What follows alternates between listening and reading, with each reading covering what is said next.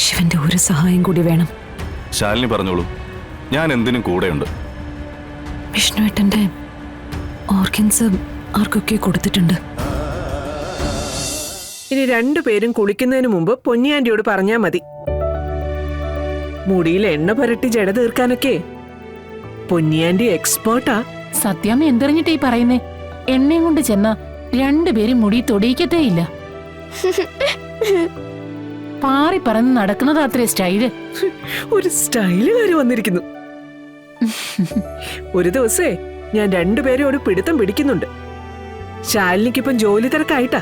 ഇല്ലെങ്കിൽ ഈ വിളച്ചിലൊന്നും ശാലിനിയുടെ അടുത്ത് നടക്കത്തില്ല. എന്തിനാ ഞങ്ങളിങ്ങനെ മുടി പാറിപ്പറന്ന് കിടക്കുന്ന രീതി കൊണ്ടു നടക്കുന്നറിയോ? ഇല്ല, എന്താ? സത്യ പറ. തപ്പി പറ. പറ സത്യേ. ദേ, മനുഷ്യനെ വട്ടാക്കാതെ കാര്യം പറയുന്നുണ്ടോ?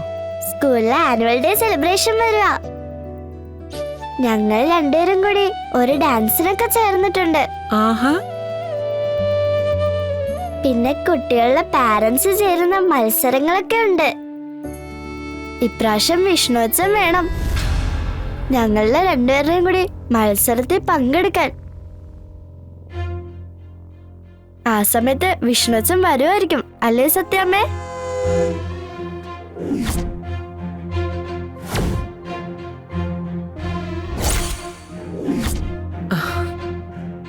ആ സമയമാകുമ്പോഴേ വിഷ്ണുവച്ചൻ വരും.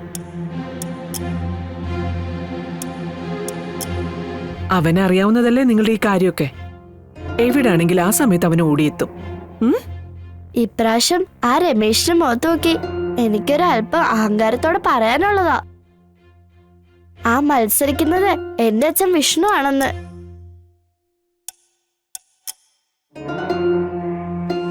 എന്റെ മക്കളെ, ഈ വീട്ടിലുള്ള എല്ലാവരും നിങ്ങളുടെ അച്ഛന് വേണ്ടി കാത്തിരിക്കുക. പ്രാർത്ഥനയും അത് തന്നെയാ. എവിടെയുണ്ടെങ്കിലും ഓടി വരണേന്ന്. ഈ കാത്തിരിപ്പും പ്രാർത്ഥനയും കാണാതിരിക്കാനും കേൾക്കാതിരിക്കാനും ഏത് ഈശ്വരനാ സാധിക്കുക? നിങ്ങളുടെ അച്ഛൻ വരും. നിങ്ങൾക്ക് രണ്ടുപേർക്കും വേണ്ടി മത്സരത്തിൽ പങ്കെടുക്കുകയും ചെയ്യും. പൊന്നി, ഇവരെ കൊണ്ടുപോയി കുളിപ്പിക്ക്.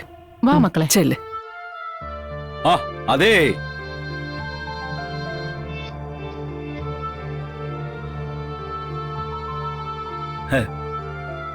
മക്കളെ കുളിപ്പിച്ചേ നല്ല കളർ ഡ്രസ്സൊക്കെ ഡീപിച്ച് നിർത്ത്. കളർ ഡ്രസ്സോ? അതെന്തിന്? ആ, ഇവര് യൂണിഫോം ഇട്ടോണ്ട് സ്കൂളിൽ പോകാൻ പോവാ. ഇന്ന് സ്കൂളിലൊന്നും പോണ്ട. അന്നേ വെഡിങ് ആനിവേഴ്സറിക്ക് വേണ്ടി കുറെ ഫോട്ടോസ് എടുക്കാൻ വേണ്ടി ആ ക്ലീറ്റി വന്നിട്ട് പോയില്ലയോ? ക്ലീറ്റി അല്ല അച്ഛാ, ക്ലീറ്റസ്. ആ ക്ലീറ്റസ് അത് തന്നെ പോവും. ഓ, ഇന്നേ അവൻ ഈ വഴി വരുമെന്നാ പറഞ്ഞത്. വന്ന കുട്ടികളെ കുറച്ച് ഫോട്ടോസ് എടുക്കാം. നമുക്കും കൂടെ നിൽക്കാന്ന്. രാഘവേട്ടന് എന്തൊക്കെയാ പറയുന്നേ? ഇവർ പഠിക്കാൻ പോട്ടെ. അല്ലെങ്കിൽ തന്നെ ശാലിനിയൊന്നും വന്നിട്ടില്ലല്ലോ. അവരും കൂടെ വന്നിട്ട് പോരെ ഈ ഫോട്ടോ എടുപ്പും കാര്യങ്ങളും ഒക്കെ. പൊന്നി, നീ കൊച്ചുങ്ങളെ കൊണ്ട് കുളിപ്പിക്കാൻ നോക്ക്. ഞങ്ങൾക്ക് സ്കൂളിൽ പോകണ്ട, ഫോട്ടോ എടുത്താ മതി. അതെ, ഞങ്ങൾക്ക് ഫോട്ടോ എടുത്താ മതി. പോയി കുളിക്കു പപ്പി, വെറുതെ വാശി പിടിക്കല്ലേ. പോയി കുളിച്ചങ്ങോട്ട് പെട്ടെന്ന് റെഡി ആയിക്കേ. കൊണ്ടുപോയിക്കേ. വാ പോയി കുളിക്കാം. ഞങ്ങള് കുളിക്കുകയൊക്കെ ചെയ്യാം, പക്ഷെ ഫോട്ടോ എടുത്തിട്ടേ പോവൂ.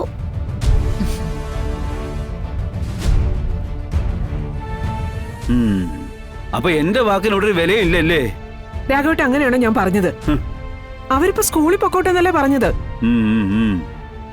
അല്ലെങ്കിൽ തന്നെ വിവാഹ വാർഷികം ശാലിനിയുടെ വിഷ്ണുവിന്റെ അല്ലേ? അവരല്ലേ വരേണ്ടതും ഫോട്ടോ എടുക്കേണ്ടതും ഒക്കെ. എന്നാ പിന്നെ അവരെന്താ വരാത്തെ? നാളത്തെ ഒരു ദിവസം കഴിഞ്ഞാലേ ഇവിടെ എന്താ നടക്കാൻ പോകുന്നേ വ്യക്തമായി ഞാൻ എല്ലായിടത്തും പറഞ്ഞല്ലേ? അപ്പൊ പിന്നെ നിങ്ങളെല്ലാരും എന്നെ വെറും കോമളിയായിട്ട് കണ്ടിരിക്കുന്നല്ലേ? എന്തെങ്കിലുമൊക്കെ സമയം കളയാൻ വേണ്ടി പറഞ്ഞുകൊണ്ടിരിക്കുന്ന ഒരു വിലയില്ലാത്ത കോമാളി. രാഘവട്ട, അങ്ങനെയാണോ ഞാൻ പറഞ്ഞത്? പിന്നല്ലേ? അല്ലെങ്കിൽ പിന്നെ എന്റെ വാക്കിന് വില കൽപ്പിക്കുന്നവരാണെങ്കിലേ അവരിന്നോട് എത്തിച്ചേ. എന്തുകൊണ്ട് അവര് വന്നില്ല? ഭാമേരെ വിളിച്ചായിരുന്നോ? അത് അവര് വിളിച്ചായിരുന്നോ? അല്ല, ഞാൻ വിളിച്ചിട്ട് അവരെടുക്കുന്നില്ല. അതുകൊണ്ട് ആ ഭാമ അവരെ വിളിച്ചായിരുന്നോ ചോദിക്കുന്നേ. വിളിച്ചിരുന്നു. എന്താ? അവര് വരാൻ താമസിക്കുന്ന കാര്യം പറഞ്ഞേ? ആ അത് പിന്നെ അല്ല, ഈ ട്രെയിനിങ്ങിനൊക്കെ പോകുന്നവരെ വരാൻ താമസിക്കുന്ന ഒരു കാരണം ഉണ്ടാവുമല്ലോ. ആ, ആ, അവരുടെ ജീപ്പ് കേടായി. അതുകൊണ്ട് അവര് താമസിക്കുന്നത്. ജീപ്പ് കേടായെന്നാ? വണ്ടി അവര് സർവീസിന് കയറ്റിന്ന്. ആ അത് പറ, അങ്ങനെ വരട്ടെ. അല്ലാതെ എന്റെ വാക്ക് ധിക്കരിക്കുന്നവരല്ല എന്റെ മോനും മരുമോളുവേ. ഏതായാലും ഒരുങ്ങി വരട്ടെ. രാഘവൻ നായരെ അങ്ങനെ കൊച്ചാക്കാനും നോക്കണ്ട. വിചാരിച്ച കാര്യം രാഘവൻ നായർ നടത്തിയിരിക്കും. ആ ആ വരട്ടെ ഇങ്ങോട്ട്.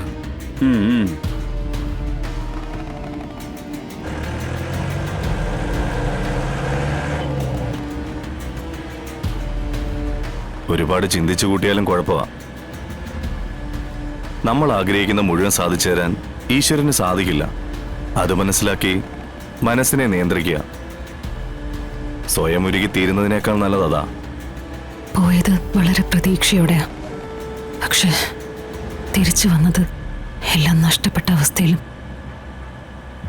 ഞാൻ എന്തൊക്കെയോ ആണെന്നും എന്നെ കൊണ്ട് എല്ലാം സാധിക്കുമെന്നും മനസ്സുകൊണ്ട് ഒരു ഉറപ്പുണ്ടായിരുന്നു. ഞാൻ എന്നെ തന്നെ പഠിപ്പിച്ചു വെച്ച പാഠം. പക്ഷെ അതെല്ലാം തകർന്ന് തരിപ്പണമായിരിക്കുന്നു. എന്നെ കൊണ്ട് ഒന്നിനും കഴിവില്ലെന്നൊരു തോന്നല്. ഇത്രയും പ്രാധാന്യമേറിയ ഒരു കർമ്മം എന്റെ വിഷ്ണുവേട്ടന് വേണ്ടി എനിക്ക് ചെയ്യാൻ കഴിഞ്ഞില്ല. ഈ ഒരു സങ്കടം എനിക്ക് മറയ്ക്കാൻ പറ്റില്ല. ഒരുപാട് സ്നേഹിക്കുന്നവരൊന്നും ഒരുപാട് നാൾ ഒന്നിച്ച് ജീവിക്കാറില്ലെന്നാ പറയുന്നത്.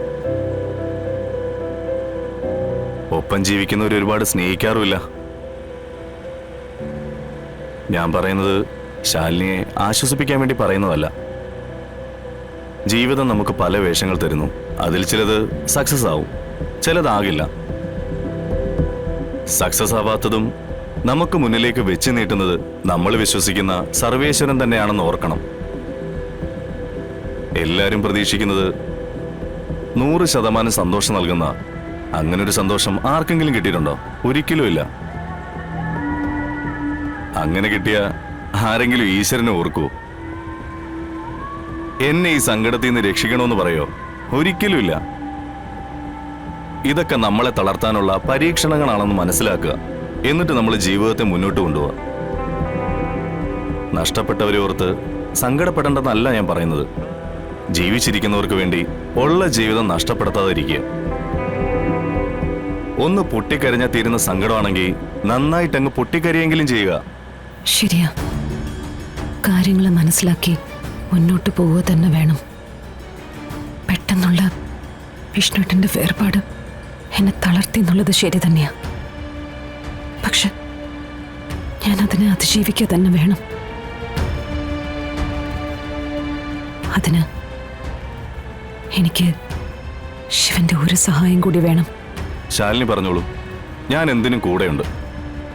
വിഷ്ണുവേട്ടന്റെ ഓർഗൻസ് ആർക്കൊക്കെ കൊടുത്തിട്ടുണ്ട്. ഹൃദയം, കണ്ണുകള്, അതൊക്കെ ആരാണെന്നൊന്ന് അറിയണം.